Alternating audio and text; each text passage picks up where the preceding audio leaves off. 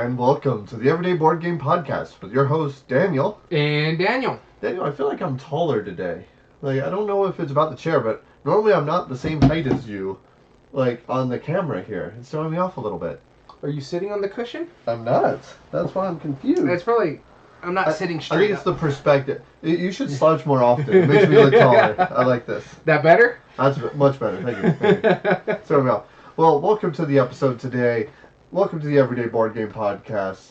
This is going to be a fun episode. We are in the holiday spirits, starting off. We just finished spooky season. Now we're going into the food season. Now we're going into food and family season. That's really what it should be, food and family. Yeah, it roughly is. And how's it going, Illuminous? Hey, Illuminous, welcome back. It's muffin time, that's right. No, this is a good time of year. I mean, for those of you who like Thanksgiving here in the United States, it is Thanksgiving time of year. So we decided, before we've talked about food games before, but we're on a board game breakdown right now. And we're like, okay, what company embodies food? What has this theme of like family togetherness, all this stuff? And we were going to go something like a family game, but then we're like, no. As soon as we saw this one, we knew this was what we needed to talk about. Daniel, tell them what it is. Today's topic in our breakdown is going to be the gameography of big potato games. Because, you know, one of the biggest side dishes, mashed potatoes during Thanksgiving. So the bigger the potato, the better the Thanksgiving. That's our saying in my house. Yeah, the only thing is I got to cut back on like potatoes and stuff like that. Sure. For health reasons. Yeah, no, that makes sense. I got to lose weight. I'll eat extra potatoes for you, all right? I promise you. Yeah, so I got to lose weight from what my doctor said. You know what? Maybe that Thanksgiving I'm gonna try and eat every form of potato I normally eat. Oh, you knock yourself out. I will. I'll eat some French fries for you. I'll eat some chips. No. I'll eat some mashed potatoes.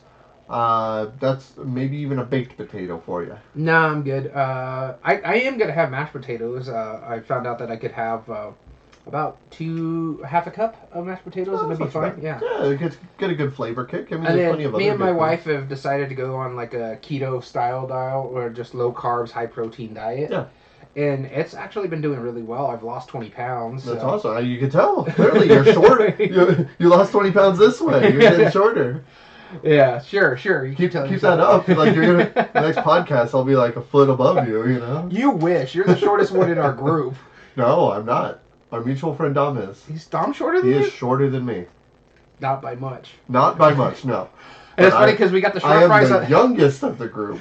It's funny we got the short fries on the other side of the table. This way we can still see the TV. Yeah, that's right. Because you and our friend Gamehead Geek always sit with your back to the wall, so the TV's behind us. And it's great when you're just like, yeah, I'm working out.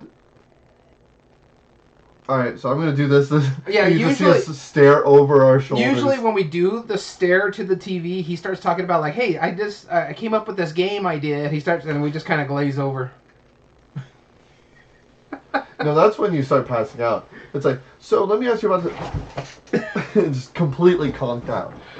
Yeah, but before we get into the topic, better than turkey melatonin. Before we get into the topic and some board game news, there's two things I want to talk about. Oh, this is news to me.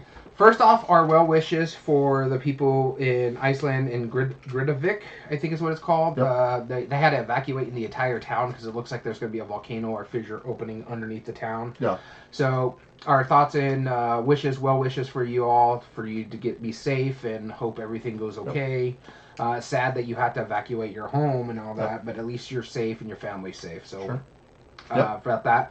Second thing I want to talk about, and we did talk about this, this is not going to be on our news segment because I don't know if you put it on yours, but our friends decided Level 99 Games not to pay for advertisements and for they're going to use it for artists and stuff like that. So we're taking it upon ourselves to say they got a Kickstarter live right now on Kickstarter.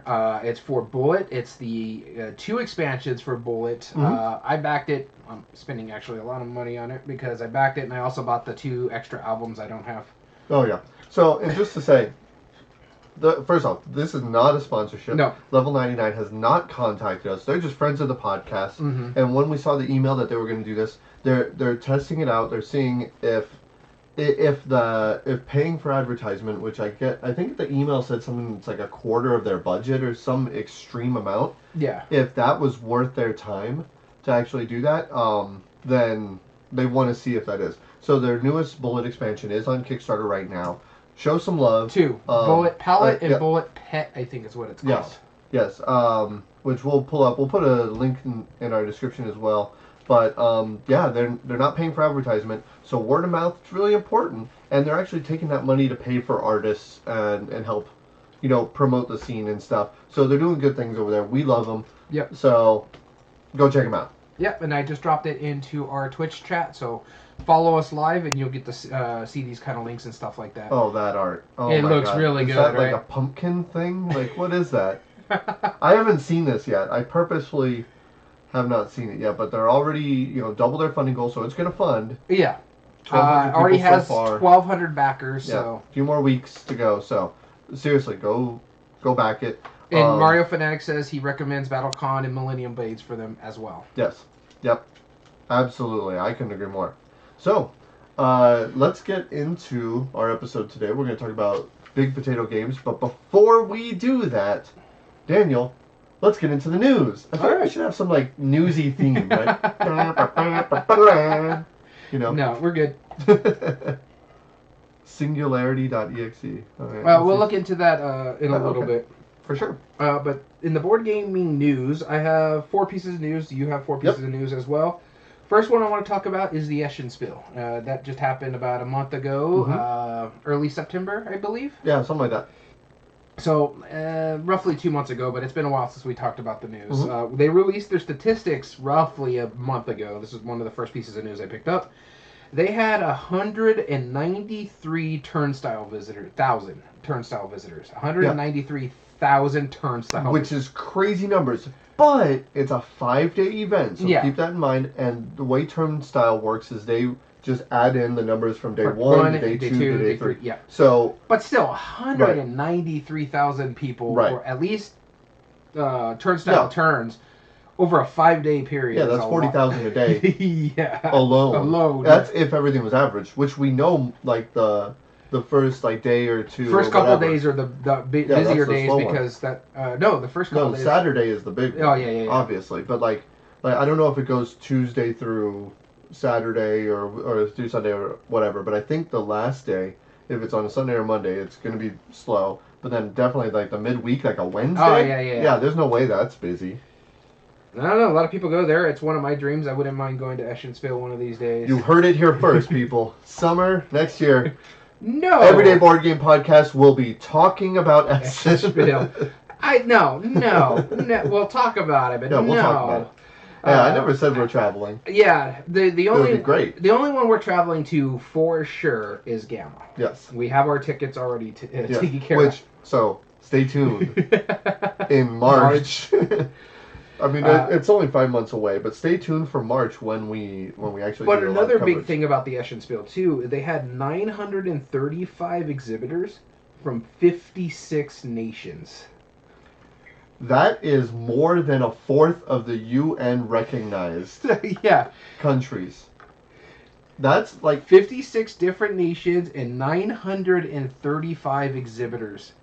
I don't think there's that many countries in Europe alone. If they got something from every country in Europe, I think they're still down probably another 10 countries at least. Yeah, probably. But yeah, it's crazy to think about how many people were there. Yeah. I should get the Israel and Hamas to play some board games together. Yeah, let's not talk about that kind of news. Too political. There's a lot of stuff going there, but oof. Speaking of Essen, what else? That's all I had was the 935 exhibitors, 56 nations, and 193,000 turnstile visitors. That's impressive.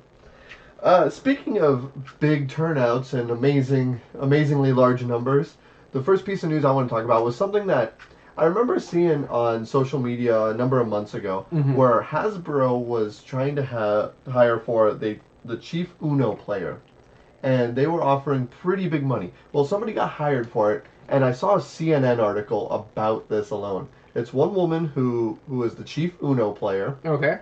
And they pay her $277 an hour. an hour.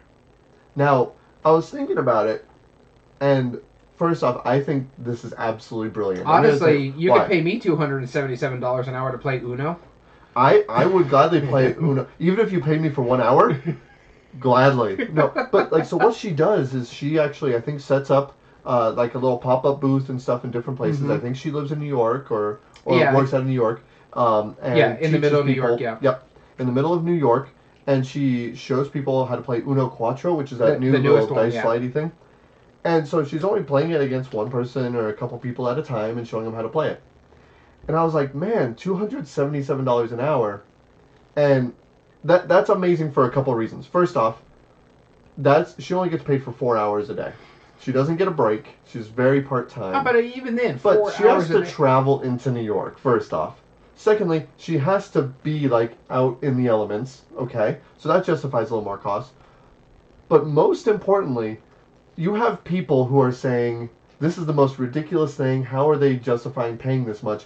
But she's getting all this press on social media, all this press on TikTok, and just because of that number alone, people are talking about it. It was on CNN. Yeah. You can't tell me that marketing team isn't knowing what they're doing right now. They're paying her that much to get that number in the news. And I think awesome. I think the big part of the reason why New York specifically is because, again, it's it is the major city in the United States, right. And it's going to get people to talk. Right, exactly. But even then, $277 an hour for 4 hours a day, she's making more in 4 hours than some teachers are making in 10 hours. Right. Oh, no. She makes way more money than me, but that's not the point. The point is, if you think about how that marketing team is doing it, like, they could spend that's a small fraction of what they would be paying for commercials. Yeah. Or paying for, like, Facebook ads or whatever. It doesn't matter. But they're paying a single person, and look at all the press they're getting. That is I love guerrilla marketing like that. Yeah, and the thing about it, too, is I know you're talking about, like, that she has to travel into New York and stuff like that. That's probably in the contract that they pay for her to take the trains into New York. Probably gave her a pass or something like that. Well, maybe, but the article never said anything about it. So that would make sense. That might be something that's in, like, the minutia, so... Right. Yeah, it might be part of it. Mm-hmm. Or it might just simply be, hey... Like, no, we're paying you to travel there, and that's where you set up, right? Yeah. You know, and that might be part of her costs. That might be part of it. Maybe she had to buy her own table. I don't know. I mean, I doubt it. I really doubt it. But I'm saying that number alone, I love it when companies do this, like, extra-level marketing, where it's like... Sometimes it's good, sometimes it's not. Well, I think this is a very good thing, because it got more people's eyes on board gaming. You know, so another example of it. I was watching a chess video today about chess expert. Don't get me wrong. Uno is a board game in a sense, but it's not putting people's eyes on the actual hobby itself. I don't think it's hurting it, though. No, it's keeping their eyes on basically the mainstream. Sure. So because that's the company that can afford it. I get that. I was watching a video about, it was like a chess grandmaster. He was doing like one of those wired answered videos and stuff. Mm-hmm. And one of the questions was the cheating scandal from one of the players, like, good or bad for the hobby? And he was like, actually, as a whole, like, it was a really terrible thing what happened, but as a whole, it got a lot of people suddenly interested in chess and talking about chess, and their eyes became on, like... I'm sorry. I get what he's saying. It's interesting. Yeah, there's I think it's what is it?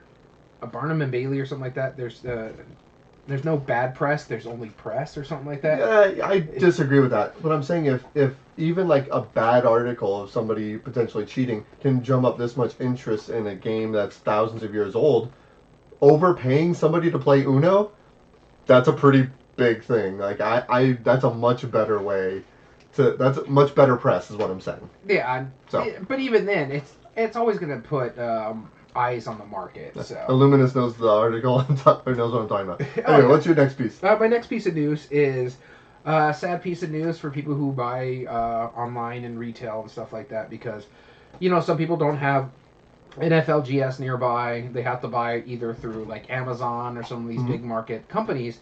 Well, one of the earlier big market companies is no longer selling board games, and that's Cool Stuff Inc. They finally rolled out that they're no longer selling board games. They did a mass sell-off of all their board games. They will still sell, like, Magic Gathering and other CCGs. I'm probably assuming Lorcana is going to be one they keep. They're going to be keeping, what's the other one? Yu-Gi-Oh!, Pokemon, and stuff like that. Yeah, but Magic. It's still going to be online. They still have their physical stores, but it's mostly going to be the online card trading stuff like that. But yeah, right. It is. Cool Stuff Inc. is gone. So if you're really going from the board game standpoint, yeah.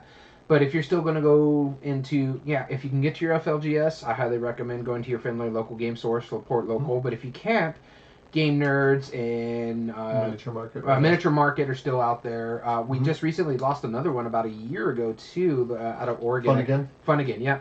Fun Again just went out earlier this year, and now it looks like Cool Stuff Inc. is gone too. Oh yeah, we also have Boardlandia, Game Nerds, Noble Knights, yeah. And also, I'm a big fan of Noble Knights because I can find some out of print stuff with them. Right, that's true. And I was the one who told you about them. And I have never ordered from them, but it seemed reputable. But one thing, I'm just gonna give a quick shout out then. One of our early supporters was another podcast, Tabletop Bellhop. Yes. And he runs a whole website about finding deals online. So again, go check him out. If you don't have an FLGS, go support their channel and then check out the website he runs, and you can get plenty of deals. And you'll see him in different Facebooks. He'll put up a post about the Amazon deals and stuff like that. Yeah. If you go onto X, formerly known as Twitter, they have links in there and stuff like that. I've walked away from X a year ago. Yep. Yeah, we're done with that. We're done. Fine. So. Yep. All right. The next piece of news that I wanted to talk about was a new game announcement, which normally we don't tend to talk about new board game announcements that much, unless it's a designer we quite like. And they announced it, and it's not even coming out for another year. I think it's 2025 from DeVere. This is called Cities. Oh, yeah. Yep, it's from Phil Walker Harding as a co-designer. Yeah. The other one is Steve Finn, which I had no idea either of these two gentlemen had any conscience or whereabouts or understanding of each other at all. Yeah. How would they start talking? Now, they both make similar style, elegant games. Yeah. Have you played any Finn games? I know you played Biblios, right? Biblios, and there was another one. I just can't think of it off the top of my head. Sunset on the Water is a really cool one. That one. No. Sunset on the Water is the... Yeah, there's Herbaceous. Have you played Herbaceous? No, but I did see that when we were at Gamma last year. Yeah. But anyway, I have a few of his games. I do really quite like them. Specifically Biblios. That one's awesome. But Biblios is fun. Knowing what he is capable of and what Phil Walker Harding does, granted, I will give it a little bit of a downplay. You look at the tiles that have 4 squares of different colored terrains on it.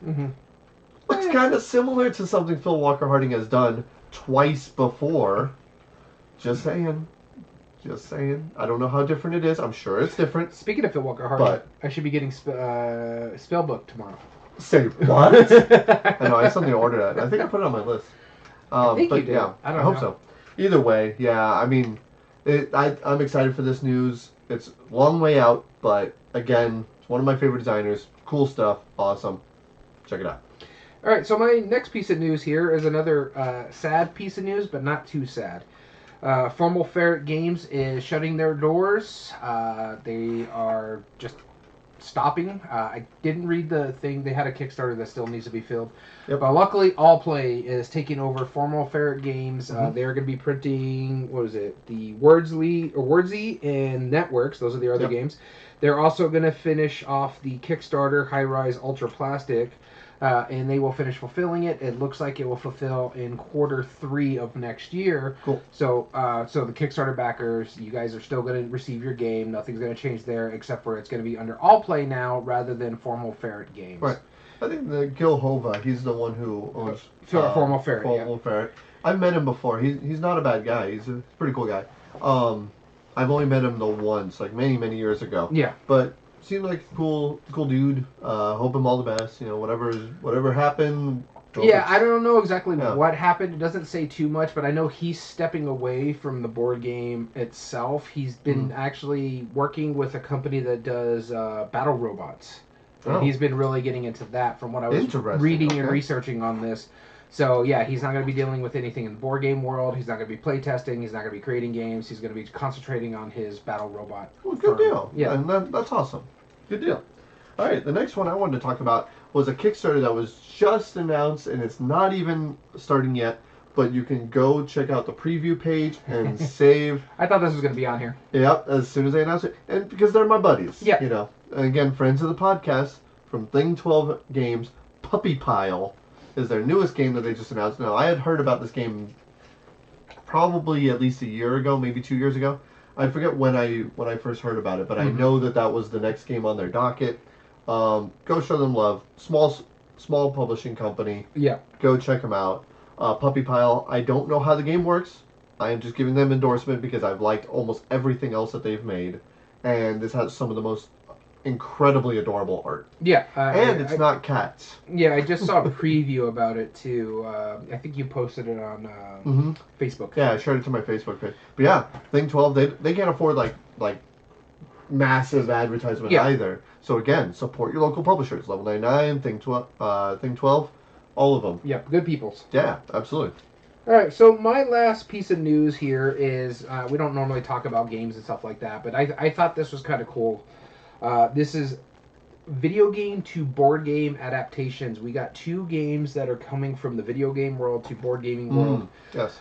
Just recently... How did you know this wouldn't be on my list?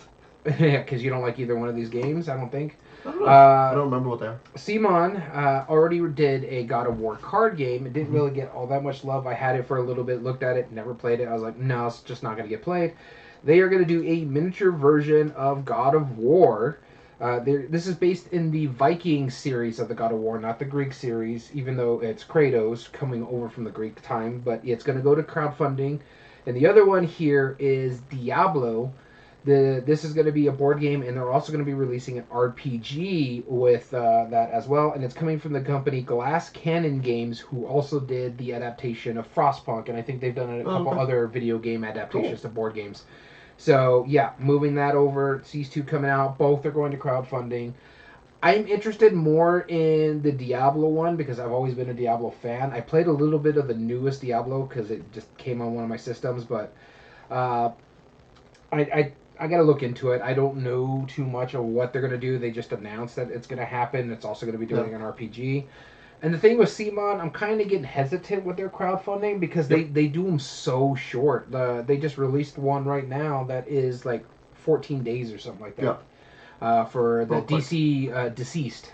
Well, they were always kind of known for being like a pre-order system. Well, yeah, but they used to give you like 30 days this way because they're pretty darn expensive, so that's why I wish like CMON and stuff like that would go over to like GameFound, because GameFound has the stretch pay, so you can just pay monthly payments. That's what I've been doing with that's what I'm doing with the Riot Locket games for the newest one that he did, Caravan. I almost wonder if how they do that. If you do the stretch pay at GameFound, does that mean that the publishing gets it in segments, or did they get it up front and then you're repaying GameFound? You know what I mean? I'm not exactly how it works. I just know, like, for me, I'm making, I think it's like $50 payments for my Caravan plus all the extra stuff that I got on it.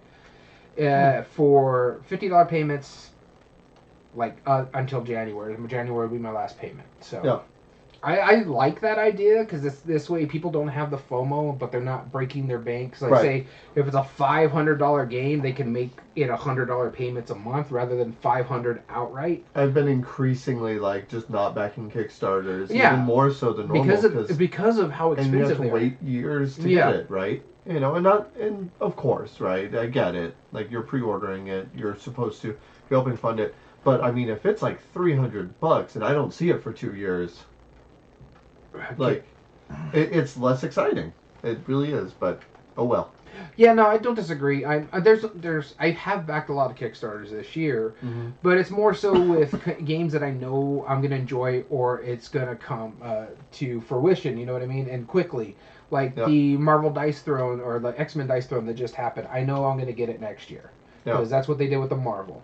With the Ryan Lockett ones, I know I like his games, so I can wait a little bit on his stuff. But I know he pushes it out pretty quickly. Right. It's he has it down now. Yeah, it's the like stuff for not Simon, but who's the other one? The ones that did Reavers of Midgard. And last night, Grey Fox games. Grey Fox. I'm very hesitant with them because they have shown that it's just going to be slower and it's going to take about 3 or 4 years before you get it. Another thing with Academy Games, I'm still waiting on my Stellaris, and I think it's about 2 years overdue. So well. Your last piece of news. All right, and my last piece of news, Luminous thing, totally done with CMON from now on.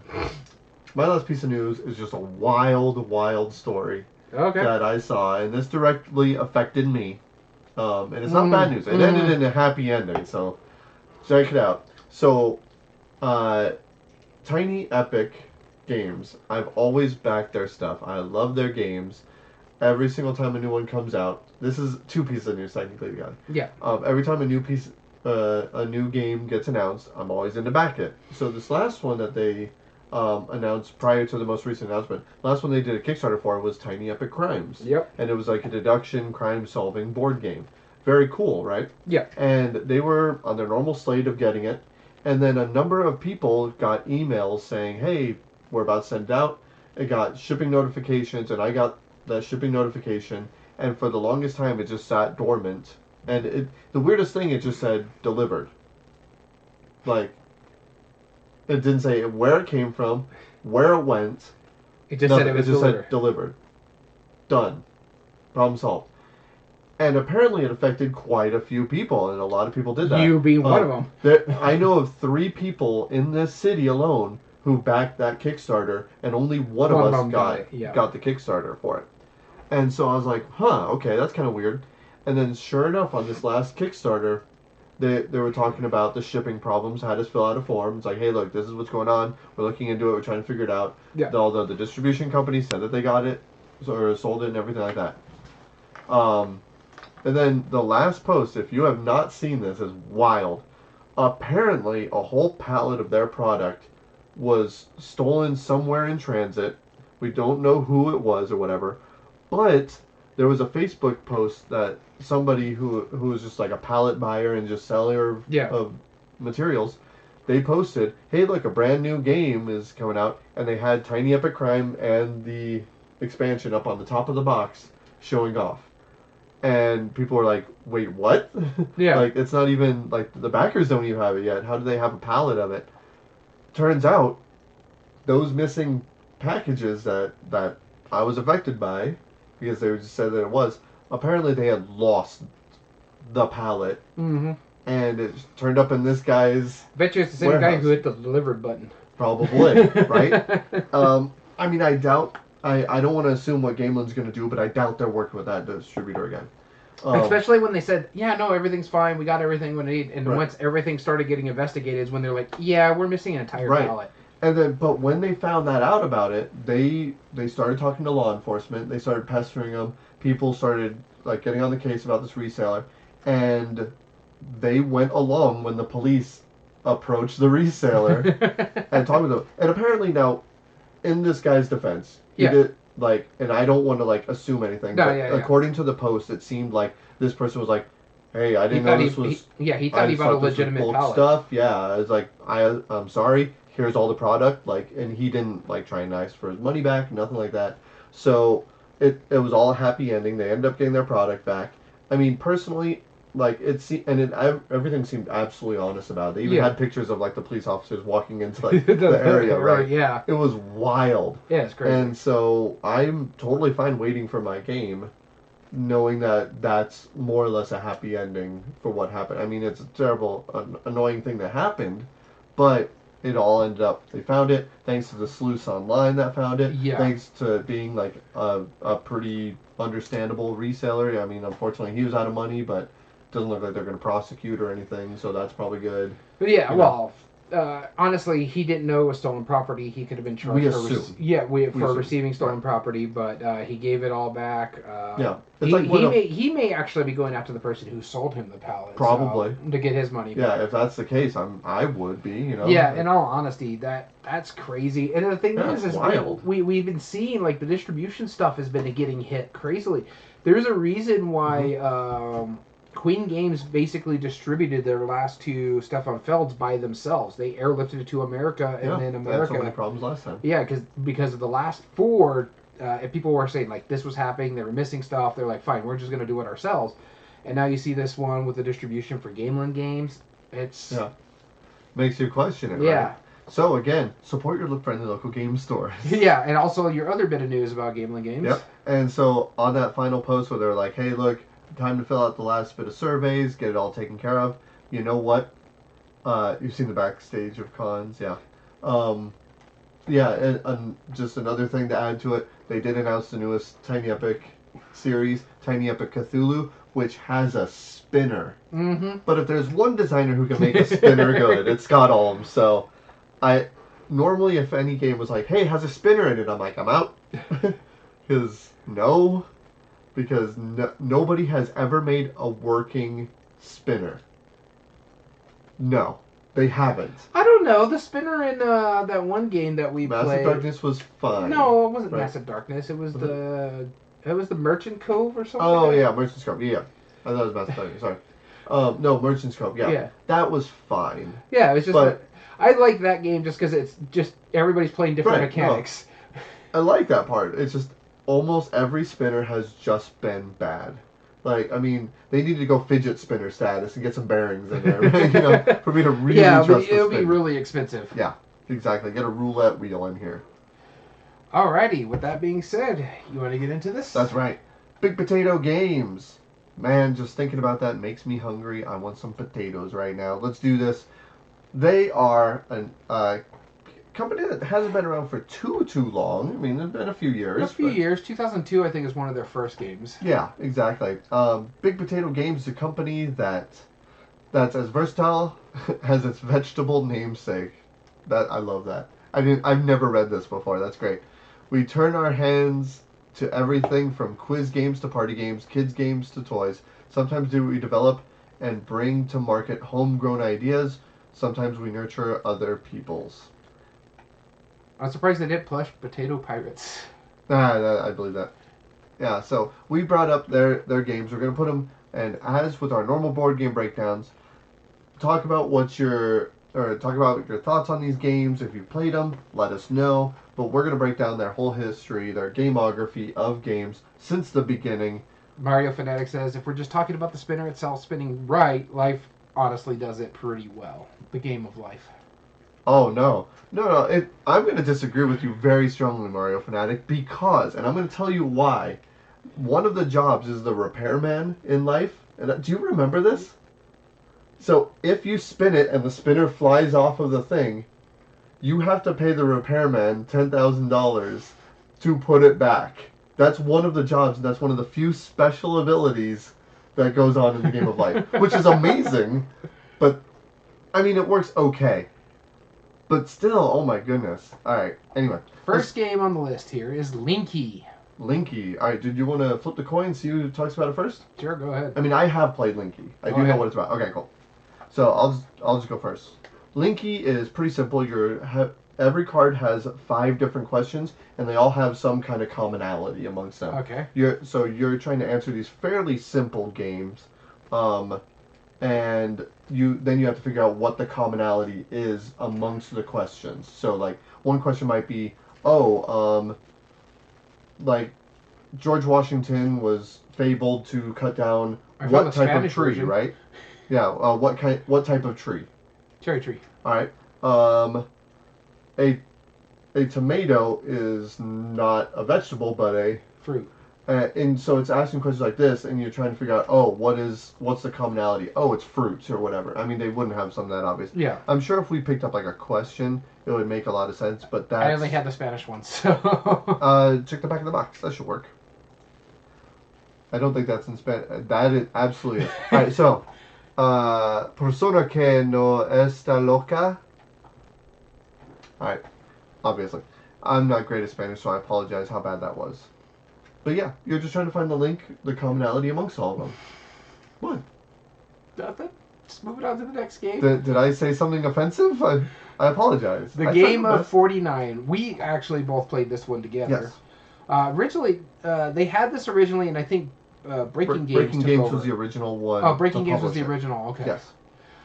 This one is everybody starts with $49, and if I remember correctly, it's about bidding and auctioning, right? Yes. So, Zillionaires on Mars is the one from Baked Potato. Okay. Or Big Potato. Sorry. Yeah. No, it's an auction game. You have 49 spaces, 7x7 grid, and you're auctioning off each individual space, trying to get 4 in a row. Okay. But there's payouts, which makes it really cool. Yeah, so yeah, I remember that. There's certain cards that'll flip over. It'll pay you off depending on where you have your chips out. If there's in certain rows, they'll pay you $7 each because 7 and 49 are the themes in this game. Yeah. It actually worked really cool. It was neat. I liked it when we played it. I still own my copy, by the way. I do genuinely enjoy it. And here's the one that everybody loves. I like this game, but I have issues because I can't wash my hands. And this is Clask. Clask is amazing. Clask is a great game. I like it. But my big issue is I can't watch... if you like air hockey, you're going to love Clask. It's pretty much air hockey. You're using magnets instead of, air. And you're basically trying to outscore your opponent. I think you could decide what the threshold of points is, but you're just trying to outscore your opponent. It's like 6, I think. Yeah, but you could choose to make it a shorter game or a longer game if you wanted to. Oh my gosh, look at that picture. Please click on that. For the viewers at home, I want to see this. Oh my goodness. Is that a full-size version of Clask? Because, yes, I want it. It's not loading. Alright, well, that's fine.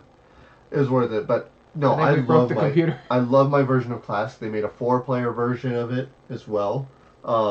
Brilliant game, but I love air hockey. Out of all of like the game room games, like the traditional like darts, pool, all those, if I could buy any one and only one, I would buy air hockey by far. I'd rather have a pinball table. Yeah, I would. Pinball and pool is up there, but air hockey is really Clask is a really great game. It is fun. Like I said, I just have issues. Like when I'm playing air hockey, I can watch where my hands are going. When I'm playing under the table, I can't make that synapses. Yeah, that's fine. I'm not going to criticize you for it. And the next game here is Bucket of Doom. I can't believe I own this one, too. Escape from seriously bad situations with the help of seriously useless objects. The death dodgy party game. When hits the fan, you need a plan. Escape from serious bad situations with the help of serious useless objects. Ever wonder what you would do if you woke up buried alive in an airtight coffin, or you discover you had an alien parasite in your stomach? Is a card-based game in a hot pink toxic bucket. Players take its turn to share the daring escape from impending doom using one of their personal object cards to escape. So this is Cards Against Humanity, but you have to explain how you're going to survive with all the items that you give. So like click on this guy. If it loads. If it loads, hypothetically speaking. All right, so like, why are these all in Spanish? Oh no, that was French. Oh, that's French. Bro, like what settings do you have right now? All right. It's what's on Board Game Geek. No, I used to own this one too, but I quickly got rid of it. It was another Cards Against Humanity style game. Yeah. I don't see this anymore. I like the bucket. The pink bucket was great to have on the shelf. No, it's just give me boxes, dude. Seriously. No, I know you hate on the box or the non-traditional containers, and I don't love them, but I just like the way it looks. That it just looked like a big warning sign, which is the point. Yeah. It was great. And like the skull is winking at you. That's great. QWERTY. Yeah, I know nothing about this one. Looks like it's something to do like quiz plus word game equals QWERTY. Once upon a time, a cheeky little quiz from across the tracks met a beautiful word game from the posh house on the hill. 9 months later, out popped QWERTY. You don't win by just knowing the answer, but by spelling them out with the letters you collect in steel. Keep your eye on your opponents, block them when you can, gamble on the next letter, and race to the winning line. So you have to quickly put letters together to answer the question? Hey, look, it's English. That's good. All right, so let's look at one of these questions. There are 7 colors in a rainbow. Spell one. And based on your letters you have. So preferably red, right? Red or blue if you... Yeah. Okay, spell one of the 8 planets in our solar system. Sorry, Pluto, you're out. I don't know. I hate this. I really dislike this. It's bananagrams right there. with quiz. M-A-R-S. No, that's fine. It's. Yeah, no, I get it. I don't mind Bananagram, but it's not a great game. I don't care for Bananagram, but I don't know. I'd rather adding a quiz version to it. I'd rather play Bananagrams than Scrabble. If you like this idea, I'm gonna make a recommendation for you already. Worderific. If you like this idea, oh god, here we go again. It's so much better. Guerrilla Games, yes. Go check that one out instead. All right, next one. All right, Mr. Lister's Quiz Shootout. I used to own this one as well. This one was kind of fun. Hey, quiz slingers. If you love your quizzes, I'm not going to say like this, like your lists, then welcome to my game. I swear it's the same guy for all old-style of these. Western shootout, but with brains for guns. First out, someone's going to ask you a question with a ton of correct answers. Find and answer the live, and live to play another day. Get it wrong and you're out, but find the golden answer and you're into the shootout. So you have to answer as many as you can. But the thing is, like, you make a list of like 10 correct answers on your list, but then your team will choose which ones you're gonna try and quiz them. Because if you both have the same answer, you don't get points. Okay. But you and the other team, if you pull out something that they don't have, that's gonna be your goal. Or if you're the first one to say it, it cancels them out. It's been a while since I played it. It's a weird box though. Did you notice the bullet holes on the front? Yeah. Those are actual holes in the box. Are you kidding me? And the insert actually made it so you can actually stick stuff through. It's great packaging. And so, like, the cards would sit in the insert inside of, like, maneuvering around those. Hilarious. And then you have an eraser that's a mustache. Yeah, I saw that. Yeah. I don't own it anymore. Yeah, it was fine. It was cool. I liked it was a quick, you know. You could take this next one because I know how much you like puns. Obama Llama? Wait, why are you giving me this one? Okay, hold on. I know nothing about it, but can you find the rhyme in time? Oh no, I hate this so bad. I hate that. I mean, this isn't puns, these are rhymes. There's difference. Alright, welcome to the rhyming game with the funny sounding name Obama Llama.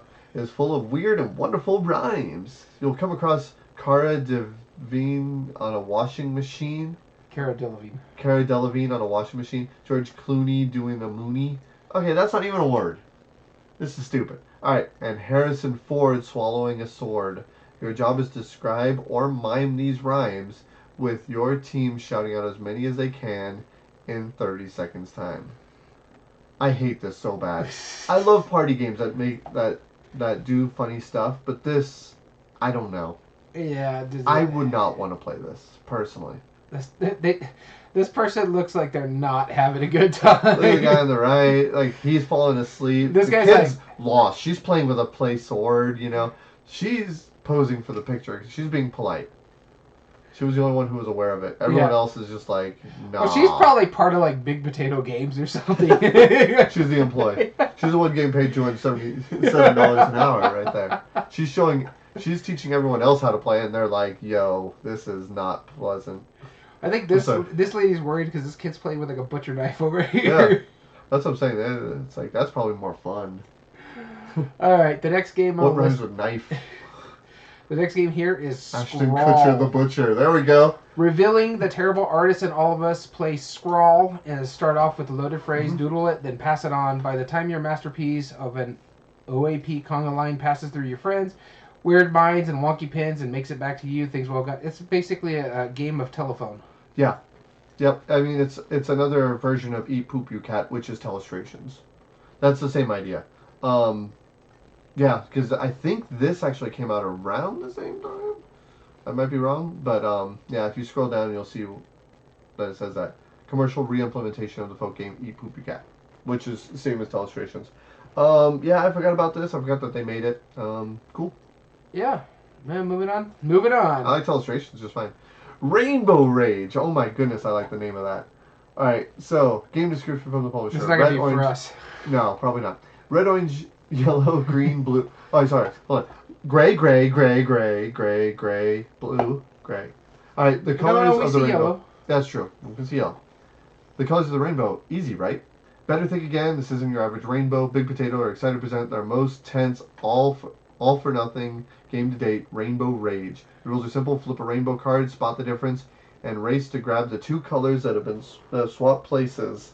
Spot a perfect rainbow card with all the colors in the right order, and shout rainbow to pick the color of your choice. Once you've collected every color and built your own perfect rainbow to victory, you're declared the winner. Okay.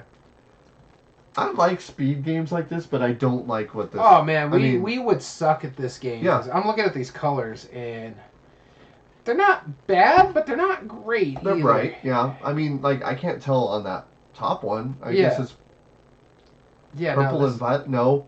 Orange. No, blue's on the top. Yeah, that shouldn't be right. There you go.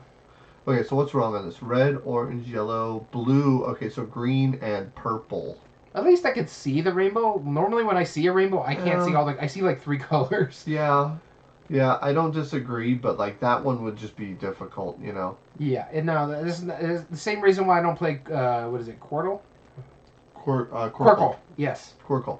I mean, I like the name.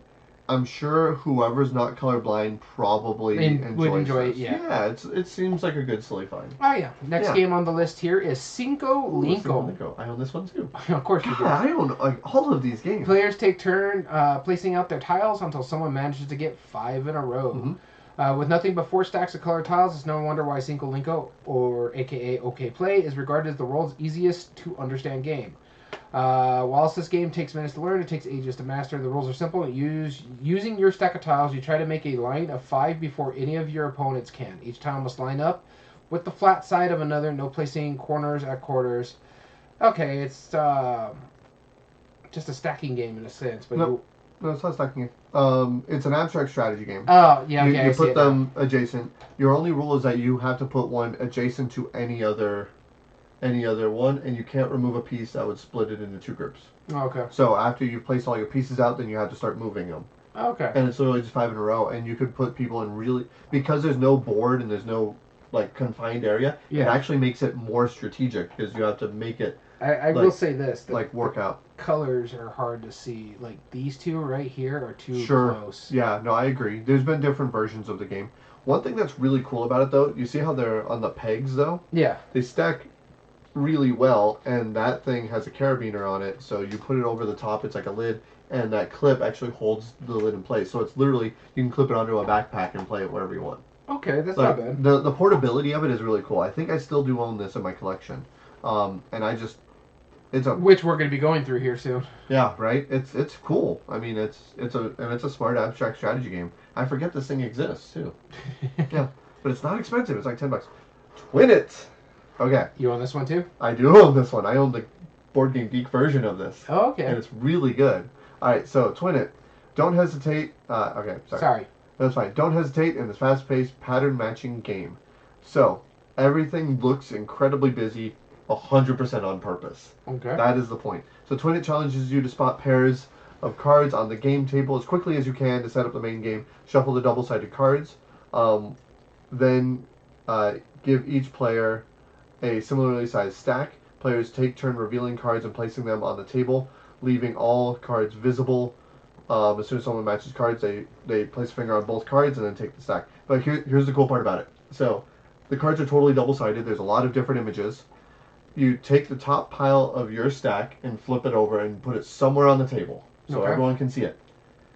Every card that's visible is in play, meaning everything that's been flipped up or the top of any player's stack is in play. So as soon as I flip that tile over, so until it was my turn, I'm looking at what my top tile is because I'm looking at if it's going to match something that flips over. But as soon as I flip that over, I have to forget about that one, look at the new one, see if it matches, including my new tile. It's so wild, but it works so well. And like the things are purposefully similar. The Board Game Geek version has like there's meeples for like Carcassonne tiles. Okay. There's like the tickets from like the trains from Ticket to Ride or like pieces. And so half of the fun is just naming what game they're coming from. Or like different iconography. I think there was like the Time Stories like icon, like where it's like the half circle thing. Okay. It's fun. This is a really, really fun little simple party game. I like it a lot. I'm surprised people don't talk about it as much because I really enjoy it. All right, so the next game on our list is Color Brain, also re-implemented by Color Brain Go. This one is not good at quizzes. Great, because this game will give you all the answers before you start. All you have to do is work out which of the 11 color cards in your hand correctly answers one of the Color Brain's crafty questions. Get it right, and you'd be good. Could be in luck. Now you need the other teams to get it wrong, or they walk off with the points while they turn green, or whatever words. Yeah. Each turn, a player draws a card that shows a word. The active player also chooses a color card from his hand that shows the color best matching the word. The other players also choose a color card from their hands, answer correctly, and your pawn moves closer to the finish. That doesn't sound too bad. No, I had the Disney version of this, and it would give you like say Mickey, and they would have a certain number of colors. It's like okay, black, white is obvious, right? And then red for his shorts. Are there any other colors? What about the buttons? Stuff like that, you know. And so you had to try and figure out all thank of this. You. Hey, high stakes. Thanks. Appreciate you rating for us. It's fun, but you would hate it. Probably. And I got rid of my copy because of that. I was like, maybe I'll give it a chance. It should be fine because it's Disney, so let's see. And yeah, it was pretty bad. All right. It's fine. Moving on to the next game. This one I have not played, but I do want to play. I do own this one. The Chameleon. Mm-hmm. All right, The Chameleon. So, a bluffing deduction game for everyone. Each round involves 2 missions depending on whether you're the chameleon or not. Essentially, you played Spyfall, right? Yes. Yeah. This is kind of like that. Everyone gets dealt out a board, and you roll 2 dice. That gives you the coordinates that are on the board, except one player gets the chameleon card, which does not tell them where they are. Then you start asking each other questions. Like, so if it's A3, or actually 2-2. So, 2-2, the miserables. Oh, no, I'm sorry. It's not. You go by that. This gives you the code, and then that'll tell you based on the card. So everyone can see these cards. So this is visible for everyone, including the chameleon. Mm-hmm. And so you're trying to give clues that are based off of that. So if yours was like the Lion King, you might say like King Lear, but like that would be pretty obvious, right? Yeah. Let's see here. Is there anything that it's like upbeat? So, maybe like not give too much clues. I mean, it's kind of upbeat. But like Hairspray and Mamma Mia could be upbeat, or School of Rock, right? Yeah. Yeah. And so the goal is the chameleon is trying to figure out what the musical is, or what the hidden information is. Yeah. Every other player is trying to figure out who the chameleon is. So that's the game. Whenever Dice was like, "Where's the game?" That's it. You're trying to suss out who is the one who's not knowing what the information is. So you have to give enough information to prove that you're not a chameleon, and then do that and stay in. I just saw a new. I think it's either a new version of this or it's a complete rip-off.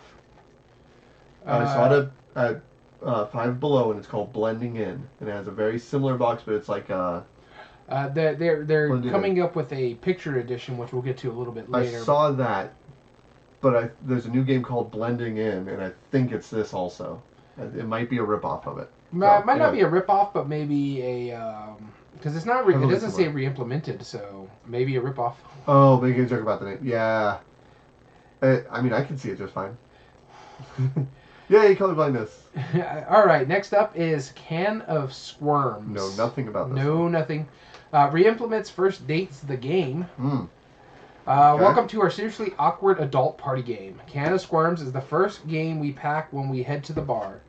It goes like this. Facing some questions designed to make everyone squirm, 2 players go head-to-head. They have to decide which of them best fits the answer to the question, without conferring. Meanwhile, the other teams are placing side bets. Will the pair in the hot seat agree or disagree? Be the first team to reach 10 points, silently agreeing with your teammate when the 2 of you are faced with an awkward question, second-guessing the decision made by other teams. Let's pull up the... Sounds intriguing. Okay, nope. Pick it up. No. Look away, people. Look away. No. Let's move on. All right. First Date's the game. We just talked about that. Anyway, carry on. This is much simpler. We can look at the pictures on this one. We don't know that. Who would win in a rap battle? Who would have more Oh God! Oh God! No! Look away, people. Look away. My eyes. I apologize. Truth bombs. Okay, please. Let's hope this is better. Dan and Phil. Who's Dan and Phil? I have no clue. Dan and Phil's Truth Bombs. It's your kind of cover, though. I mean, okay. Well, first off, designer is Phil Lester. I don't know. All right, wait. Go back up. I'm sorry. Mean Girls? Re-implemented by Mean Girls? Something. Re-implemented by Mean Girls. Mean Girls, the party game. Okay. Party game. In this party game, Dan and Phil's Truth Bombs, you're going to write something about everyone else at the table, and they're going to write stuff about you. Can you guess who said what? I can see why it got re-implemented by Mean Girls. Let's look at the question. I mean, I already can see what this is. It's like you're just trying to figure out who said that. So let's see here. It's French again. Skunked again. All right, let's see if we can find an English question on here so that we can read it. No. I mean, I can attempt to read Spanish. I cannot attempt to read French. So I'm not going to try. Bro. All right. Hey, not my fault, all right? Explosively honest party game. No, I mean, it's just yet another one of those, like, Can't do it. Can't do it. All right, next up here is Zeus on a Moose. Not Zeus on the Loose? Nope, Zeus on a Moose. Interesting. This is a rhyming charades game with strange-sounding name. Inside the box, you'll come across a lot of weird and wonderful rhyming charades. Your job is to describe... It's basically the other game movie. Oh, it integrates with Obama Llama, so they work together. I mean, if it sells, sure, but... Clickbait. This is a Reiner Knizia game, and I've heard it's trash. So, and you'll like that, because you secretly hate Reiner Knizia, even though you like his stuff. Yeah. Alright, are you in the market for some revolutionary diet pills? Hair Grown Treatment Center? How about a nice old-fashioned Russian dating website? Well, you soon will be. In each round of Clickbait, you flip over a product card, roll the 5-letter dice, and use these letters to write an advert for some of the strangest products that the internet has to offer. When you're satisfied, hand over your phrase to the judge. Once they've picked your favorite, a new product gets revealed, and the dice are rolled again. The first player to write 3 pieces of award-winning clickbait wins. Oh, dear God. Yeah, I mean, and not only on top of it, not only does it not look good, did you see that box? It is legitimately an arrow. Yeah, like, no. It doesn't pack. End of days bunker. Cool. Alright, secret swimming technique. Zero gravity restaurant. Fairly accurate pregnancy test. Ogre odor perfume. Grow your own toilet paper. Fart neutralizing trousers. I mean, no, I'm good. This is everything I expect from a Knizia game. You know, right? I mean, by your original standards, yeah, like this does not interest me whatsoever, even with Knizia's name being on it. You know, there's another really good party word game, Worderific. Again, go check that one out instead. All right, next one here is Weird Things Humans Search For. Laughing at yourself and fellow humans as you see the common search patterns. Ever wonder what a strange place the internet can be? Well, now there's a game to prove it. Your job is to predict the most popular endings to Google search questions. Example, why can't I own a Canadian? And my cat wants to kill me. You get 2 guesses, which you must rank. The more popular your guess turns out to be, the more points you win. That seems okay. I've seen, I think it was Wired that does this as well with celebrities where they'll the Google searches and stuff like that. They basically made that into a board game. Yep. Cool. All right. I'm out. I'm out for that. I love this name though. Don't Get Got. That's great. All right. Pull out silly stunts on your friends, but keep an eye out for their own schemes. Okay. Looks like it's already going to be in Spanish again. So. Probably. I know. We saw that one. Don't Get Got is a party game in which each player receives 6 secret missions. The first player to complete 3 of these missions wins. You don't sit at a table and complete missions, though. The game is designed to run in the background of whatever. Oh, yes. Okay. So, yeah, this is like a meta game. Yeah. It's almost like... what is that other one? The sneaky card one. Oh, yeah. From Game Right. Yeah. Yeah, it's a meta thing. But, no, there was another one by AEG, Pretense, that they made where it was like that, where everyone had kind of like their own little thing. It's like, oh, well, if this player touches a rule book, or if they do this, or if this person does this thing, and if something happens, whether it's your cause or not, then you get the score of that, and the first to get 3 of those wins. This might actually be like a very similar version of Pretense, but yeah. Don't Get Got. Don't Get Got. Hey, look, here's some more Don't Get Got. Essen edition. Okay. Cool. Anyway, carry on. Dino Dump. This is on you. Dino Dump is a super fun game for kids based on the classic adult card game. Blinkhead. Yeah, Blinkhead. Cleaned up the name, added some cheeky dinosaurs, and made it much easier to learn. I don't even know the original game, so... Start by dealing 3 cards to each player, laying them face down in a row, then deal 3 more cards to each player and place them on top of the face down cards. Finally, hand each player a hand of 3 more cards. The first player puts down any card they like. The next player must now play a number that's either the same number or as high or higher. If the player can't go higher, they have to pick up the whole discard deck. As well as the number cards, there's a bunch of Dino Power cards you can use, such as Back to One, Can't See Me. Once the cards in the draw pile in a player's hand have been used, they can start playing the 3 face-up cards in front of them. With those cards have been used out, the player must face the 3 face-down cards without looking at them. The first player to get rid of all their cards, including the cards in front of them, wins. I think I played something similar to this. Yeah. I can't say that I'm a big fan. But they have a burn deck, so that's... You're just every game I've played that has a burn deck is phenomenal. Yeah, I haven't played this though, so I don't know. But I mean, it sounds like Bucket of Doom Toxic Edition. Where I talked about Bucket of Doom, carry on. Here's some more Linky. It's Linky 3. Oh, this is very similar to Linky. In fact, you know, there was actually, I don't know if it showed it, but there was actually like some celebrity that did like an endorsement version of Linky. I think it was like one of the Jonas Brothers or one of like some like singer, like some I don't know, some tween pop idol, whatever. And he did like a version where he's like, "Oh, I'm showing this is like this is my version of Linky, and that's the one that sells in stores now." Wife and Ed, have a good night. Thanks for joining in. Here goes Obama Llama 2. Obama Llama 2. Cool. We already talked about it. Carry on. Okay, Play Duel, which I think is a Cinco Linko. 2 tokens. It just included half of the token. Yeah. Cool. Carry on. Santa Banter, which is Obama Llama, but it's a Christmas version. Well, we do need to talk about Christmas versions. Hey, look, here's another one. Okay, got. So 2018 is the year where they just, reimplemented everything to Christmas. Yeah. All right. And this is colorblind in a different color. Yep. Cool. Or a different. Blockbuster. Now a new one. Do you do this one? Yeah, this one is you're playing a movie game. Both teams are given a topic such as movies with dogs. You start with a 50-second timer.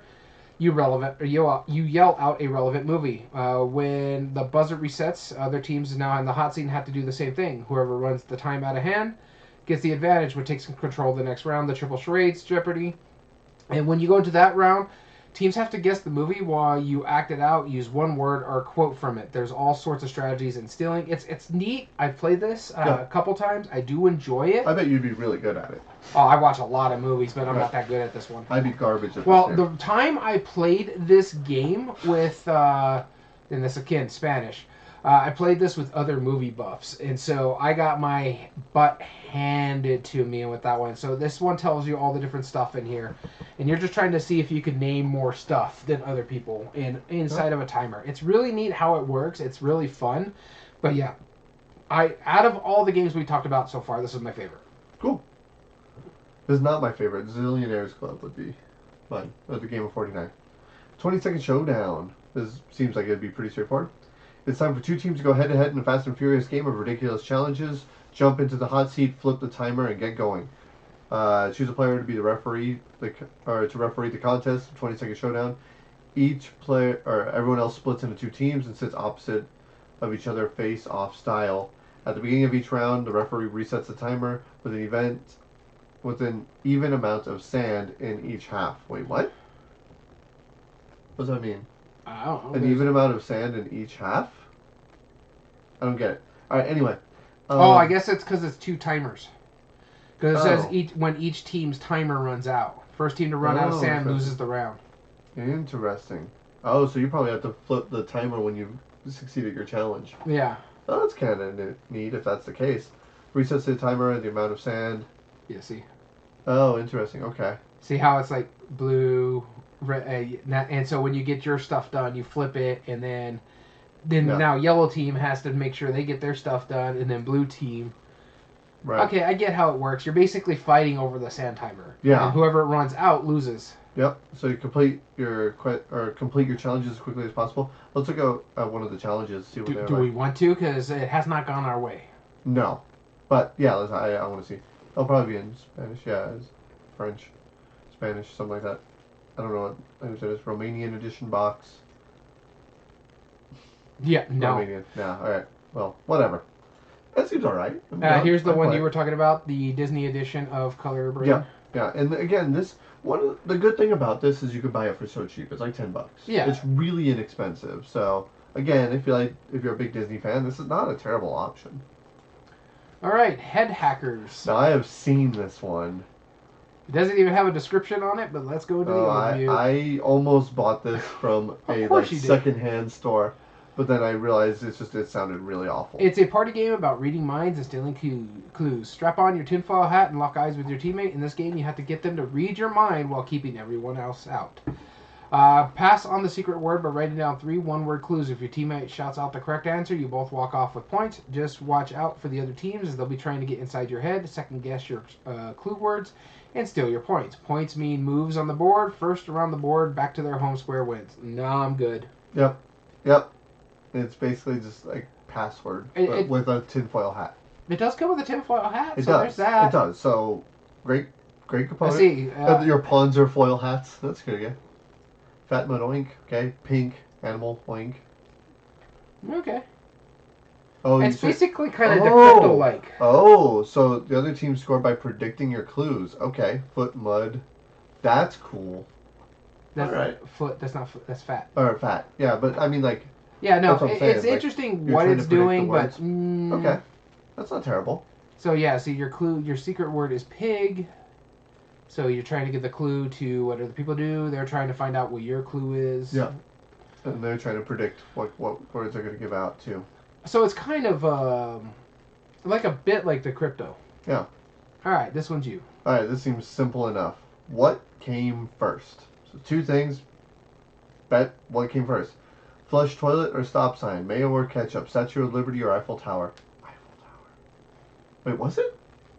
That's a good question, actually. I think it's Eiffel Tower. I think Eiffel Tower is older. Anyway, reckon... Oh, no, because the person who made the Eiffel Tower also made the... Statue of Liberty. Yeah. Reckon you know which came first, then it's time to put your money where your mouth is. You wager, like, it's just a bid. Bid on which you think Yeah, it's right. a bidding game. It's a bidding party game. Yep. Cool. All right, well, look, we got some more color brain here. Okay, color brain go. Mini color brain. Cool. Goat on a boat. Which I'm going to guess is Obama Llama. Let's see. We don't know that. King Kong playing Moby ping Dick pong. using a selfie stick. Yeah, it's Obama Llama. Get it out of here. Get it out of here. I veto it. Come on now. People these days. Okay, there we are. People these days. How dare they? Rolling Stone rock and roll party game for anyone who's ever heard a song. Okay. I mean, I would play this because you know how much of a music head I am.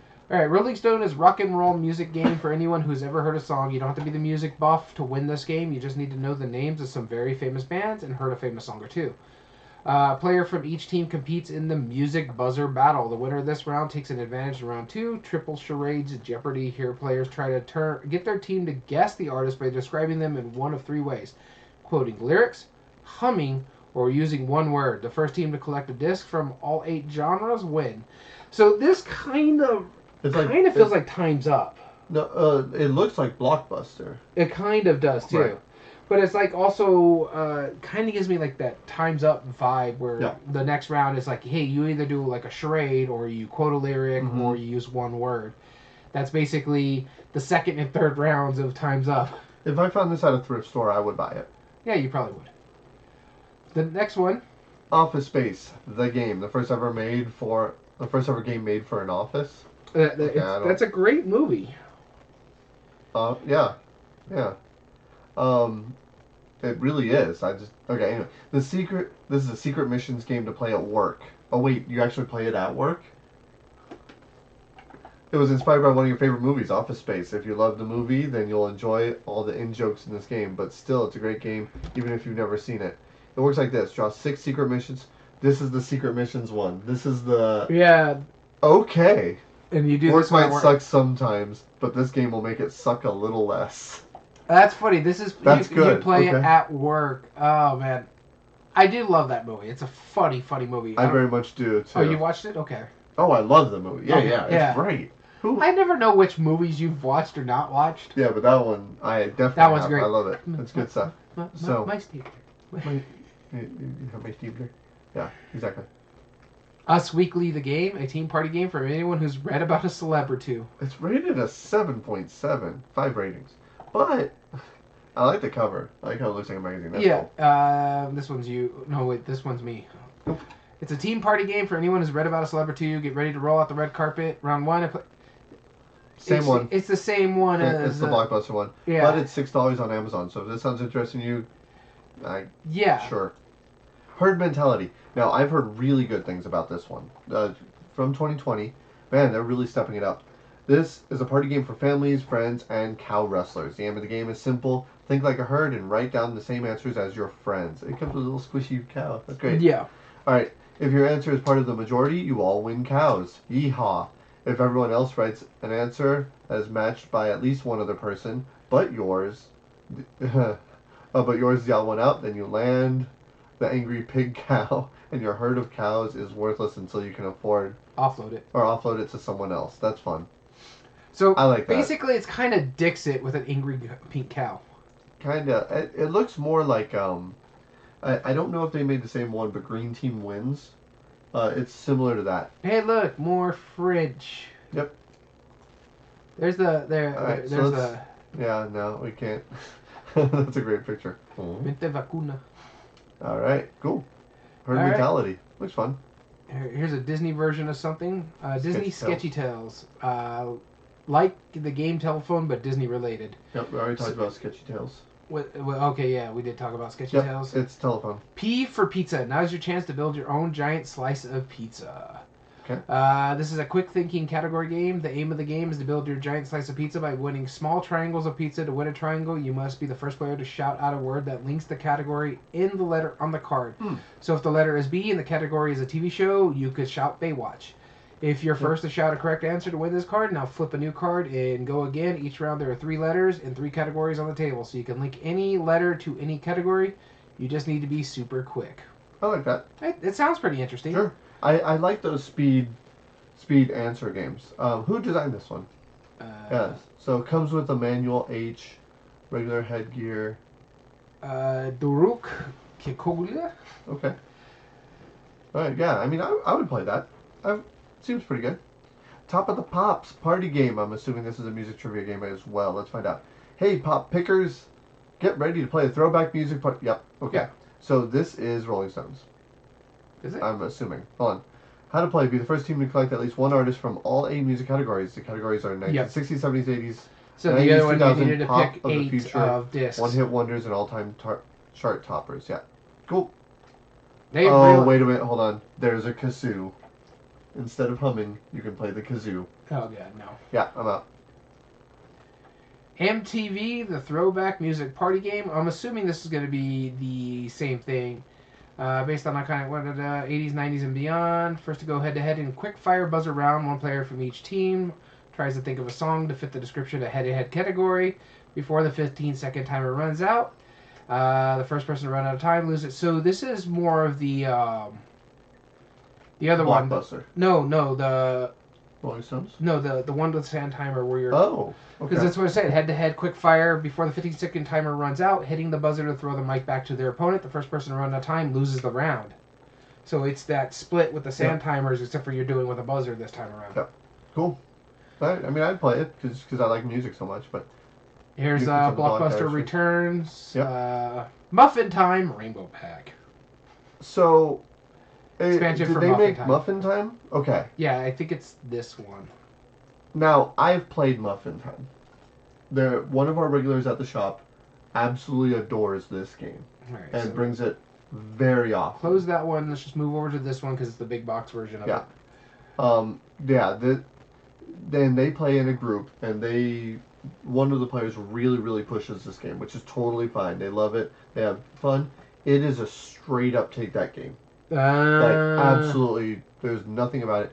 Characters, and I remember there was one part where you prefer this so much. That's fair. And there's certain cards where you could play face down, but you're trying to get rid of all your cards. You have like 10 cards or something.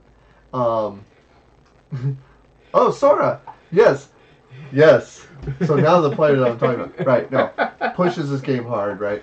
And there are times where there's like silly stuff where it's like, well, if another player touches this card that's face down, well then they get stuck and they have to draw cards, right? Because you're trying to pitch all your cards. Okay. I will say there was a pretty funny moment where I walked over to people playing this game, and they were, I guess, trying to hold their breath. Mm-hmm. So I started throwing the worst jokes I knew. Oh, God, this is the one you were telling me about. All right. Maybe, yeah. I mean, just constant rapid fire, just like... Yeah, you were telling me that you were throwing like all sorts of bad dad jokes. As many bad dad jokes as I can. It's like, what a three-legged dog walks into the old Western Tavern, says, I'm looking for the man who shot my paw, and just watches people go... and just like squeeze up. That was funny. So it leads to stuff like that. But But just like any other take-that game, it can be really chaotic. Anyway, yeah, that Sora knows exactly what I'm talking about. Thanks for joining us, Sora, by the way. That was beautiful timing. Oh my gosh. More Linky. Yep. More Color Brain. Yep. The Muddles. The a Muddles. cheeky card game combining 2 real animals to make a new one. Okay. Apparently, Luminous had one last 4 hours muffin time. Oof. Okay. You collect cards and combine 2 real animals to make a brand new one. The rarer the muddle, the more points you win. The players with the most points, when the deck runs out, wins. Okay, so Pig and Frog is a Pog. Okay. I'm not sure I understand the game. I think this is more of a kids game kind of thing. Sure. Yeah, I mean, yeah, it's 6 plus, weight 1. But I'm sure a lot of theirs are weight 1, you know. Alright. Anyway, I see the word. Yep.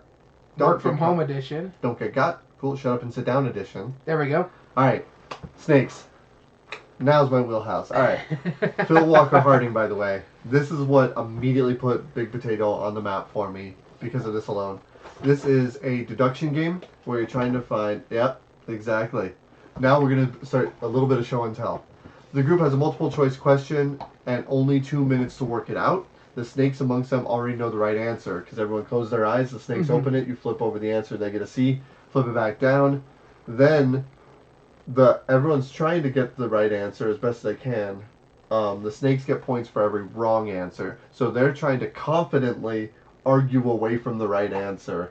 Yeah. Or let people just dig their own hole. Like, what is Ronald McDonald called in Japan? Mr. Happiness, Donald McDonald, or Sensei Yum? You know? Like, that's a great... And these questions are bizarre. Yeah. I mean, I already knew I was going to like it because it's Phil Walker Harding, but I really like the way it works, actually. It's pretty neat. I will say this. It's a fun game. I highly recommend it playing at the full contingency of, I think it's, 6 players? Yeah. Just because... The more the better. Yeah, when you're playing it like 4, once you can kind of figure out who is going to be the right. Not in 3 it's like a given. Yeah. Or 4. No, 4 is the minimum. Yeah, it's really obvious.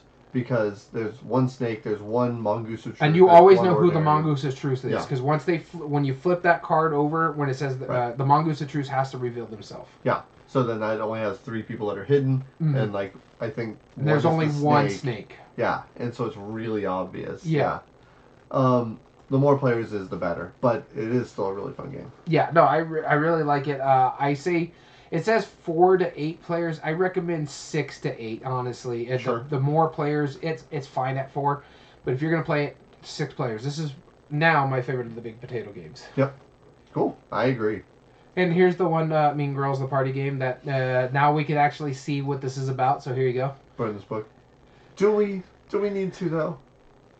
Yes, yes, we do. We already talked about it. That's part of our thing. We can finally see the words. All right, hold on. What does... Oh, yeah. What does their face smell like? What do they wear on Wednesdays? Onion rings, head to toe. Yeah. I mean... Here you go. This is the one you wanted to talk about. So here we go. This one is... What year did it come out? 2021. So this is the smaller version that they have. Big Potato, and it's also distributed by GameRight as well. Division of Seiko. Anyway. Nice buns. I am not just saying that to our audience. I am saying that because that's the name of this game. It's a light strategy game. Players try to sit together in the Nice Buns buffet and race to fill up their plate with 3 sets of colorful bao buns. Each round, you roll 3 dice that let you collect, steal, and trade different buns. Now, I was about to tell you about it, but I'm glad we stopped here. It has 3 different sized dice, which is already cool. The version that you see there has tokens. These are just cards. You're trying not to get... Alright, see you, Sora. Thanks for dropping in. You're trying to draw these cards, and you don't want the fish head bun. Okay. So you roll 3 dice. The smallest die is a number from 1 to 3. That's how many blind cards you draw from the deck. Okay. And you get what you get. If you get the stinky ones, sorry, that messes you up. Then the second die has 2 colors on it normally. That's one of those 2 colors that you can pick from the available sushi ones, which will not be the stinky buns. Mm-hmm. And then the final one is normally an action die, whether it's steal one from another player, give one of yours to another player, and it can be the fish one, or swap 2. So what makes this interesting is that you roll the 3 dice, and you and the player on your left, you split it for them, they get the pick. It's an I split, you choose. That's always fun. Yeah, so I could be like, okay, well, I know you really want this green die, so I'm just going to take that on my side, and I'm going to give you the other 2 dice, and let's see if you want to take only 1 die, or if I'm going to get the other 2 that are way better. It works really well. I like it. I haven't played a full version of it, but I can see that the version that they're selling has like some really nice tokens, bright colors. It's pretty obvious to tell the difference between them. And but this version, you can get us a Five Below is $5. So yeah, don't blame can't argue that. All right, so I bought it for this episode. Next up on our list here, 3 wise words. You get 3 words, choose them wisely. A simple party game. Your partner has to guess the secret words. Wasn't this the other one too? I forget what it was. The tinfoil hat one? Yeah. You help them write down 3 different words as clues, but watch out if the other guess any of your clues. They'll swoop down and steal your points. So yeah, because they're trying to guess your clues. Yeah, I think it was the tinfoil hat one. Yeah. Yep. This one looks better. 3 wise words. I like the art on that. That's beautiful. I like this one a lot better. Mm-hmm. It doesn't even tell you it re-implements it, so. No, but there's been a lot of those. What next? Work together to pick and flick your path in 3 epic adventures? An adventure book? Hold on. Including What Next? The brand new Pick Your Path adventure game where you... Wait, is this Big Potato? Hold on. Alright. Where you never know what's waiting around the corner. Could be a gigantic koala, a fleet of rampaging robots, or an old lady with a rocket launcher. There's no telling. Work together for the rest of the players. Your goal is to navigate through the adventure, conquer any obstacle you encounter, and make it to the end of one piece. Big Potato. Alright, so, unlike most adventure games, and What Next isn't about picking the right path buried inside of these adventures. You'll find over 60 dexterity challenges, each one designed to stop you dead in your tracks. Want to grab a vine and swing from the trees? You'll need to throw a card into the air and catch it first. Decide to walk over that tightrope bridge? Well, first you'll need to flick the wooden puck across the table without it falling off. It's important to master every mini game you come across these adventures, or you might not make it to the finish line. What is your thoughts on this? I want to play this. It looks interesting. Okay, let's look at the components real quick. All right, so let's look here. I mean, I'm intrigued. Yeah, no, it looks interesting. Like, here's the cards that are set up, so then you have to play all these little different mini games. So it tells you the first part of the story, and then you have to do the adventure, and then it gives you one of the dexterity challenges? Yeah. Interesting.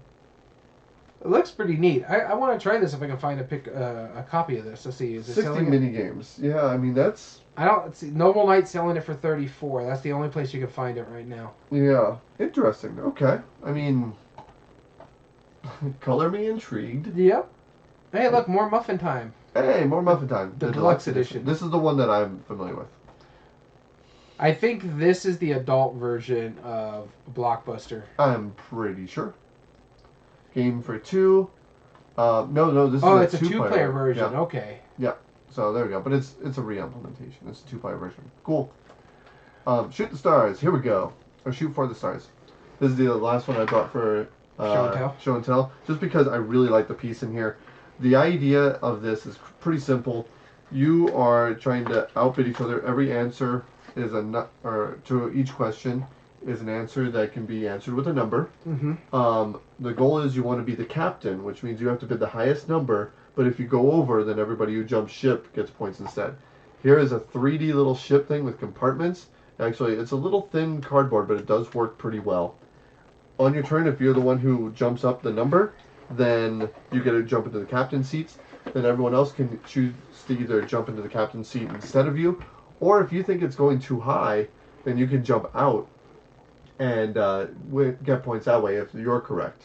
So it always comes 2 different sides. There is also a trick to it as well, is that if you think you know the exact number, which I disputed, one of the answers was objectively wrong, and I proved it later. I was like, I know exactly this number. And I showed, because I just watched a YouTube video about it 2 days prior to that, so maybe it's a new thing, I don't know. But I was like, no, that is not the correct answer now. I knew exactly. If you could do it, you can shoot for the best. You can say, I know exactly what the number is, and everyone else then, no more bidding. They either are on or off, and then more points are awarded to whoever gets the correct answer. Cool. Yeah. It sounds like a quiz version of Celestia. Yeah. Or Cloud9 is another version of that game. Yeah, it's pretty entertaining. We played it. It was alright. Okay. I enjoyed it. You can tell that Big Potato Games is stepping up their stuff now. Yeah, Like, especially with the component-wise and stuff like that. Uh-huh. All right, next one here is Sounds Fishy. A fast-thinking truth and lies question game.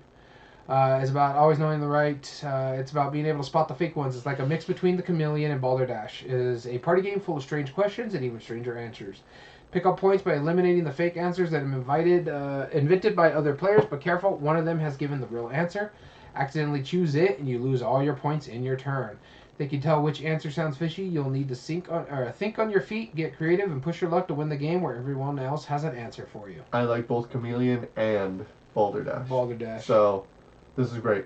I love that box. That's great. It looks like a fish tin. That's so good. Alright, what's one of the questions? Did it have... Was that last one in French? I couldn't tell. Alright, what does the Old English word wagpasty? Like pasty, maybe? Mean? In El Cacho, Spain, the tradition for a man dressed as the devil to jump over what? I actually know the answer to that. I can't remember what it was, but... bonfire. Isn't it? Might be, I don't know. Pretty sure. Alright. What did the ancient Egyptians do when their cat died? Mummify it. Chicken versus hot dog. A flip it and stick it party game. It's time to settle this once for all. Who is the top dog or chicken? Get ready to find out. Split into teams or go one-on-one. Then grab your sling'em and get ready to bid and flip your way to a sweet-tasting victory. Turn over a challenge card, then secretly bid high if you think you can nail it, or bid low to avoid it. If both bids match, then it's flip-a-rama time. Every time you complete a challenge, you get to turn over one of your character cards. The first player to turn over 6 wins. I've seen this game. Bottle flipping. Yeah. That's the point. But it has a suction cup on the bottom, so it sticks a little bit better, but you still have to bottle flip. It's basically King's Cup. Yep. Yeah, in a way. Hey, here's a fun game right here. All right. The Great American Male Race, which is, I think was this only Big Potato? Big Potato. Wow, okay, so this is one they really stepped up, because this is a great game. Yeah, this is a fun game. All right. Score the most points to be crowned mail carrier of the century. So this is a pick up and deliver game. You're trying to bring different packages to different spaces. The farther distance, the more it's worth. Get the most points by completing different areas, different types of packages, all sorts of cool stuff. Has a little stamp. Amazing components. The mailbox stamp is phenomenal. And it comes with refillable ink. When you move, you have like 3 different types, right? You have like a donkey or a horse. And there's a whole slew of different things. I think there's like 13 official USPS methods. Everything from the donkeys or the Pony Express to rockets to steamboats to bicycles, and that determines how you move. It's cool. The components are great. Hole. Yeah.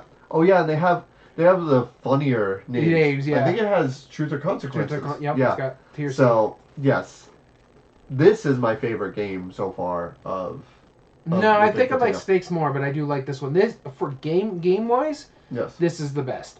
Because Snakes is a party game, and for me, they're more in a different kind of category than something like a gamery kind of game. Yeah. All right, next on the list here is Roll-O-Rama World Football.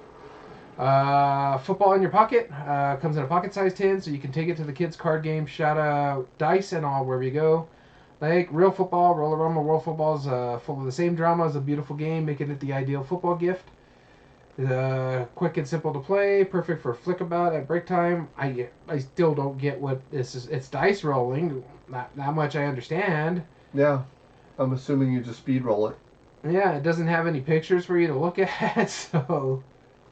Soccer tournament in 15 minutes. All right, good face, bad face. One card's good, the other card's bad. Okay. Deceptively simple card game. It's all about pressing your luck and fooling your opponents. Each turn, someone creates a mystery pile of cards from the ones in their hand, passes it around. When it comes to you, you can turn over the top one or pass it on. The aim is to lay 4 good faces in front of you by turning over cards from the top of the pile. But beware, turn over a bad face and it'll chase all the good faces you are collecting away. So think again. Do you turn over the top card or do you pass the pile on? Okay, that seems incredibly simple. I'm intrigued though. Yeah, it's a bluffing game, so it's not. Yeah, you would hate it, but I'm intrigued though. Next up is Block Party. Get others to guess objects you create in a small, colorful wood cube. This is a brand spanking new game. Brand new game. Oh, yeah. Yep.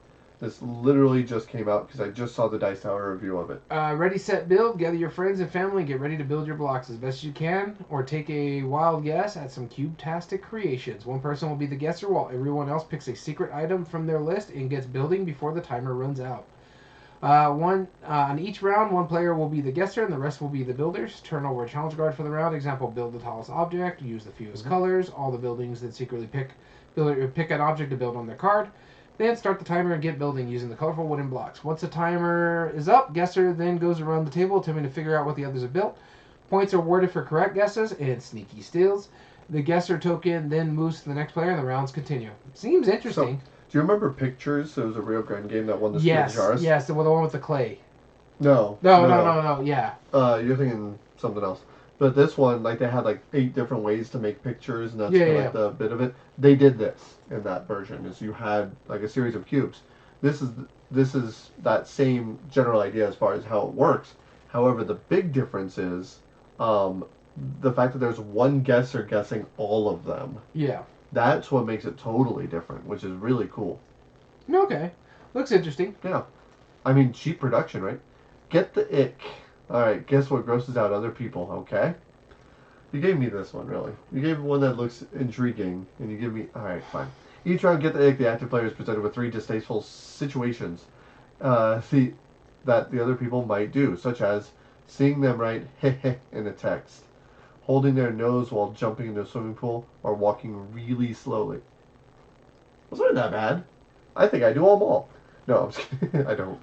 But the active player secretly chooses one of these situations that is the most icks out of all of them. Then every player tries to guess which that situation is. While guessing, however, players can secretly mark a situation as something that they actually enjoy, scoring bonus points if the other players don't guess their secret attraction ahead of the tiles being revealed.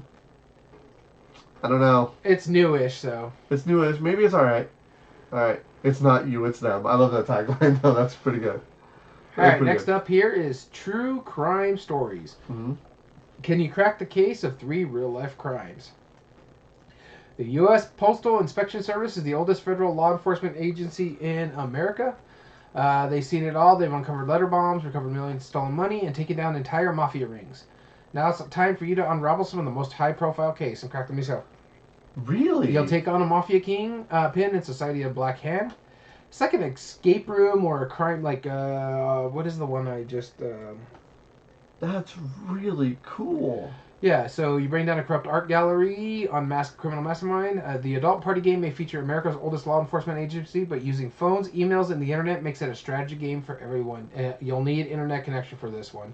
This looks good. You're a postal inspector. That is legit. That sounds really neat.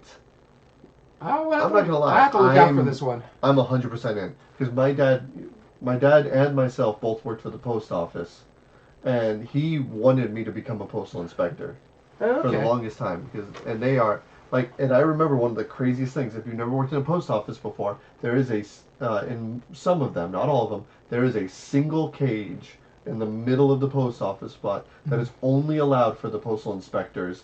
And it has like arsenal equipment, like crazy stuff. But it's just like right in the middle, and they're like when they need equipment to like look at packages, and like this is where they get that stuff, right? It's wild, but oh man, that's super intriguing. I'm gonna have to look at that one. Yes, True Crime Stories, lame name. All right, Obey the Clay. Show off your clay modeling prowess with this exciting Aardman-inspired game, which I think he's a illustrator. Oh, yeah. No, wait, no, this is something different. Okay, Obey the Clay sees 2 teams use their clay to complete Aardman-style challenges as fast as they can. I'm sure we'll look at that here in a minute. Once they're done, they flip the time-o-matic and they begin their rival's turn to complete the task. The faster you go, the more pressure, or the the more pressure your team is under. So if you run out of time, your other team wins around. So it's another one of those past the timer. Yeah. But what are the challenges? Nope. Nope. Nope. Nope. Nope. Nope. Nope. Nope. Nope. I'm all right. Nope. There's a dog card that says make it. Oh, it's Wallace and Gromit. Yeah. Okay, I didn't know who that was. Make yourself a beak and use it to squawk the names of everyone on your team. Make a tongue and pretend to lick someone's face with it. Make 3 Skittles and a ball and knock the Skittles down. Okay, pins. Okay. All right. You can't say This is some of their newer games. There's no reviews or anything like that, so it looks like they're just coming out. Okay. Card games for families, adults, and friends that folds loads of challenges. Discover strange and hilarious word cards in the party game, like Wobbly Hamster. Compete with the other team, and that rings a bell where every mistake leads to a ding on the board game bell. Perfect for game night. The ultimate party game offers crazy card combos and entertaining challenges, keeping everyone on their toes. Don't Say is easy to learn and offers endless fun with twists, turns, and unexpected surprises. Okay, let's look at it. Let's see what that's about. Crushed, expensive, cool, ugly, dancing, bendy. Yeah, I'm not. Rule. So this will probably tell us the rules that we got to play and how things are working. So sure. Okay. All right. I don't hate that. And then finally, the Chameleon Party Edition. Picture Edition. Picture Edition. Party Edition. That's the normal version. So it's literally the same game but with pictures instead. Yeah, it doesn't even have pictures for us to see. Nope, it's brand new. It hasn't came out yet. But I like the Chameleon originally. Although, now that they made snakes, I don't know if I can keep this in my collection anymore. Yeah, I get you on that. So we'll see. Either way. All right. That was Big Potato Games. It took us a little while, but again, there's a lot of games and there's a lot of potatoes to go through. Yep. All right. Anyway, we hope you found that interesting. We gave our recommendations on the ones we liked. Out of all of those, Great American Male Race is the one that I personally like the most. Although the True Crime Stories now is my most intriguing one. Yeah, the True Crime Stories is the one I do want to play next. I do like the Great Male Place. I still think Snakes is my favorite game out of everything we've talked about. Classic is another good one. Yeah, Classic is really up there for me. So, all right. So if you ever want to join us on a live episode, like our friends Illuminous, Sora, Mario Fanatic, or anybody else who joins us on a live episode, by all means do it and voice your opinion. Join us at twitch.tv/everydayboardgames. As well as all video re-uploads are found on YouTube under youtube.com/@everydayboardgamespodcast. And if you like what we do, there are 3 things you can do to help us grow on the platform. Subscribe if you're not. Like the video and comment down below and tell us your thoughts on the subject. And if you ever want to email us directly by contacting us, whether it's to enter in future contest ideas, give us ideas for upcoming episodes, or even just to say hello. Email us at everydayboardgames2020@gmail.com. And remember, all audio versions can be found on most podcast platforms under Everyday Board Games Podcast. This includes Spotify, Google, Amazon Music, Podbean, and now Apple. We want to thank you so much for tuning in. As always, I've been your host, Daniel. And I've been your host, Daniel. And we want to thank you for listening to Everyday Board Games. And remember, every day is a good day for board gaming.